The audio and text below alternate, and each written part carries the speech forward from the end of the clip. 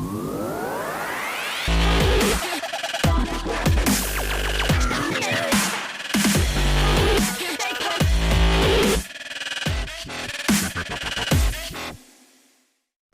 विभाग में आप सबका स्वागत है। मेरा नाम शशांक याग्निक है। क्रिकेट के आप सब लोग शौकीन होंगे और क्रिकेट को जब आप गौर से देखते होंगे तो गेंदबाजी की बात करें, तेज़ गेंदबाजी की जहां पर बात होती है वहां पर दो तरह की गेंदबाजी आपने अक्सर सुनी होगी। एक होती है इन स्विंग गेंदबाजी और दूसरी होती है आउट स्विंग गेंदबाजी। अब इन दोनों गेंदबाजी में अंतर आपको अच्छी तरह से पता होगा। वाइट बॉल क्रिकेट की मैं यहाँ पर बात कर रहा हूँ। टेस्ट मैच की बात करेंगे तो वहाँ रिवर्स स्विंग और ऐड हो जाती है। अब वाइट बॉल क्रिकेट में अभी हाल फिलहाल में ही एक और नई डिलीवरी की बातचीत होने लगी है और जिसको बोला जाता है वॉबल सीम डिलीवरी या फिर आप उसको स्क्रैम्बल्ड सीम डिलीवरी भी कहते हैं। इस वीडियो में मैं आपको बताने वाला हूं मोहम्मद सिराज की उस वॉबल सीम गेंदबाजी के बारे में जिसने श्रीलंका के खिलाफ हुई ओडीआई सीरीज में तबाही मचा दी थी। भाई 3 मैचेस में 9 विकेट मोहम्मद सिराज ने लिए थे, जिसमें से 7 विकेट पावर प्ले में गेंदबाजी करते हुए आए थे और उसमें वॉबल सीम का उन्होंने काफ़ी ज़्यादा इस्तेमाल किया था। तो वॉबल सीम होती क्या है, सबसे पहले तो आपको ये बताता हूँ मैं। अब बॉल को दरअसल तेज़ गेंदबाज जो रहते हैं वो इस तरह से पकड़ते हैं। ये सीम आप अभी स्क्रीन पर अपनी देख रहे होंगे और इस तरह से बॉल को पकड़ा जाता है सीम के साथ में। दोनों सीम पर हमारी दोनों फिंगर्स रहती हैं और इसके साथ ही जो रिलीज़ पॉइंट रहता है बॉल को इस तरह से रिलीज़ कर देते हैं।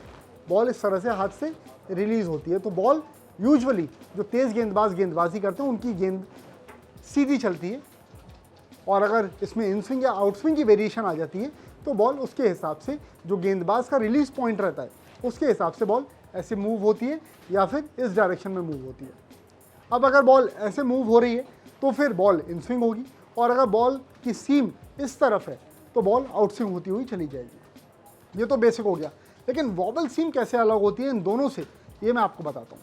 यूजुअली जैसा कि मैंने आपको बताया गेंदबाजों की तेज़ गेंदबाजों की सीम सीधी चलती है। वॉबल सीम में थोड़ा सा यहाँ डिफरेंस आ जाता है। गेंद सीधी नहीं चलती है, ये सीम आपको सीधी नहीं दिखाई देगी। सीम आपको ऐसी हिलती हुई दिखाई देगी, कभी ऐसे कभी ऐसे कभी ऐसे, इस तरह से आपको सीम चलती हुई दिखाई देगी। अब इससे होता क्या है कि जो बल्लेबाज बल्लेबाजी कर रहा होता है वो पहली चीज़ तो ये कि वो सीम को पढ़ नहीं पाता, जिससे कि ये पता चले कि बॉल आउट स्विंग या इन स्विंग होगी। वॉबल सीम वाली जो गेंदबाजी होती है हालांकि उसमें बॉल एयर में बिल्कुल भी मूव नहीं करता है, लेकिन of the track ball pitch होने के बाद किस डायरेक्शन में मूव होगा ये बात बॉलर को भी नहीं पता रहती है। अब जब ये बात बॉलर को ही नहीं पता होगी तो बैट्समैन क्या एंटिसिपेट करके खेलेगा, ये परेशानी में डाल देता है बैट्समैन को बहुत ज़्यादा। वॉबल सीम गेंदबाजी के लिए सीम को इस तरह से नॉर्मली नहीं पकड़ा जाता है, यहाँ पर सीम को थोड़ा सा टिल्ट करके पकड़ा जाता है। आप ये देख रहे हैं और इसमें रिस्ट आपकी जो रहती है, जो आपकी रिस्ट रहती है, ये रिस्ट आपकी लॉक्ड रहती है।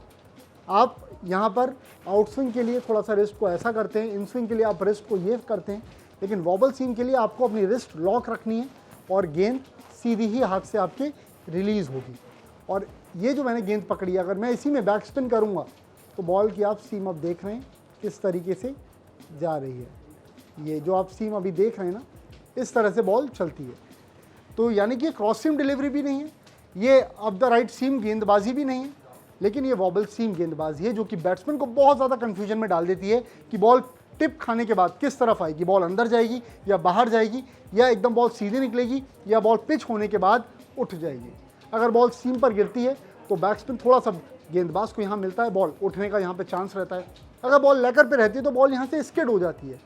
अगर तिरछी बॉल गिरती है यानी कि आधा सरफेस सीम का रहता है, आधा सरफेस लेदर का रहता है, तो बॉल आप पिच पर जो आप हल्का सा बोलते हैं ना, जो ग्रास रहती है उसकी जो गांठ रहती है उससे बॉल इधर उधर मूव भी हो जाती है। तो वॉबल सीम गेंदबाजी ये रहती है और इस गेंदबाजी का तोड़ श्रीलंका के बल्लेबाज नहीं निकाल पाए, जिसका हर्जाना उन्हें भुगतना पड़ा।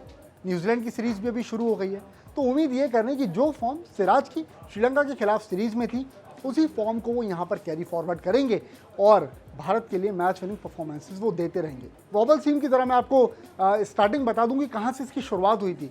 तो 2010 में पाकिस्तान का जो इंग्लैंड टूर हुआ था वहाँ पर मोहम्मद आसिफ ने वॉबल सीम गेंदबाजी का इस्तेमाल किया था टेस्ट मैच में, जिसको देख करके एंडरसन ने इसको थोड़ा सा कॉपी किया और फिर ये एक ट्रेंड में आ गया, अब जिसको बहुत अच्छी तरीके से मोहम्मद सिराज यूटिलाइज कर रहे हैं। तो उम्मीद कर रहा हूँ इस मास्टर क्लास में आपको मज़ा आया होगा, आपको जानने के लिए मिला होगा वॉबल सीम गेंदबाजी के बारे में।